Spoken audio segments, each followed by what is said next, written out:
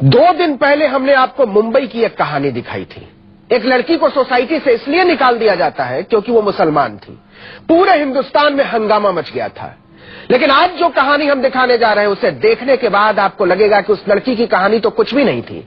दिल्ली से सिर्फ 60 किलोमीटर दूर हरियाणा के वल्लभगढ़ में सैकड़ों मुसलमानों को अपना घर, अपना गांव छोड़ने पर मजबूर कर दिया गया है। उनके घर जला दिए गए हैं, उनकी दुकानें लूट ली गई हैं और सरकार चुपचाप ये तमाशा देख रही है। अब 150 से ज्यादा मुसलमान परिवार डर के मारे वल्लभगढ़ थाने में पड़े हुए हैं।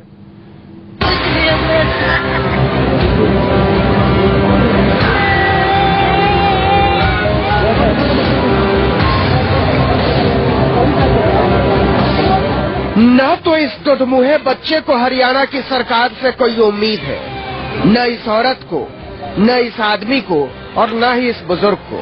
मनोहर लाल खट्टर की सरकार को वल्लभगढ़ के अटाली गांव के कोई 150 मुसलमान परिवारों की घर निकासी से कोई मतलब नहीं। दहशत ऐसी है कि एक भी आदमी घर जाने को तैयार नहीं है। थाने में बैठे हैं, पुलिस ये यकीन दिलाने को तैयार नहीं है कि आप महफूज हैं। हमारी मांग पूरी होगी तो देखो चले भी जाने कुछ भी सरकार ने कोई कार्रवाई नहीं किया, नहीं कोई पुलिस ने पकड़ा था, नहीं कोई सुविधा करी है, नहीं कोई जाने आने की उम्मीद है हमारे को। पूरे 1 हफ्ते हो गए जब उपद्रवियों ने अटाली में मुसलमानों के घरों में आग लगा दी थी।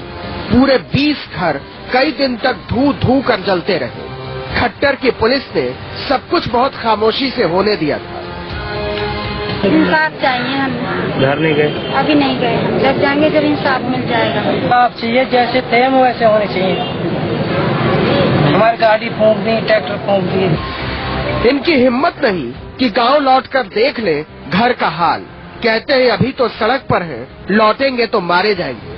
सोमवार से ही वल्लभगढ़ थाने में बैठे हैं। छोटे छोटे बच्चे दूध के लिए तरस रहे हैं। खाने का बंदोबस्त कुछ स्वयंसेवी संगठनों के रहमो करम पर, ऊपर से गर्मी ऐसी कि खून भाप बनकर उड़ जाए।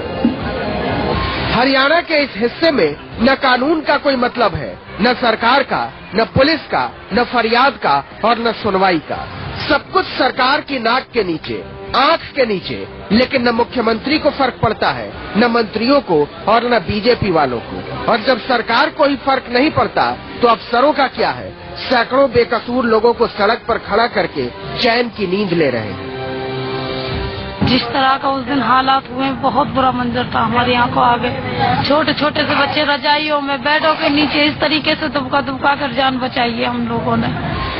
हरियाणा की बीजेपी सरकार सैकड़ों मुसलमानों के घरों को जला दिए जाने, उन्हें बेघर कर दिए जाने, उन्हें दहशत में रखे जाने को लेकर कितनी संवेदनशील है। उन्हें दहशत में रखे जाने को लेकर कितनी संवेदनशील है, इसका अंदाजा ऐसे लगाइए कि 2 दिन पहले ही मुख्यमंत्री एक बिजली घर का उद्घाटन करने वल्लभगढ़ आए थे, लेकिन उजड़े हुए लोगों से मिलने तक नहीं गए। ऐसा नहीं है कि पुलिस को कुछ पता नहीं था।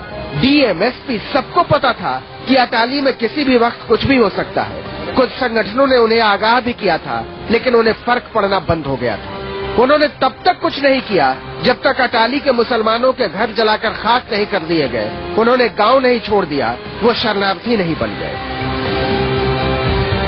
15 लड़का है जो घर में आए थे मारने के लिए, फिर हाथ जोड़े, पैर पकड़े, उसने ना मानी। फिर उन्हें डंडा बरसा दिए मेरे पास, कानों के कुंडल ले लिए, 60,000 रुपये ले लिए।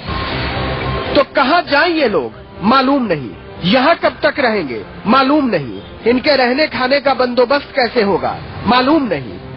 मालूम है तो सिर्फ इतना कि एक पूर्ण बहुमत की सरकार ने सैकड़ों अल्पसंख्यकों से सम्मान के साथ जीने का हक छीन लिया है। इनमें से हर एक का चेहरा इस देश की आजादी पर सवाल खड़े कर रहा है। अगर हम भी उतने ही आजाद हैं तो हम अपने घर क्यों नहीं जा सकते? प्रशांत गुप्ता, अटाली, वल्लभगढ़, न्यूज 24। खट्टर के राज में लोग बोल रहे हैं और सरकार सुन नहीं रही।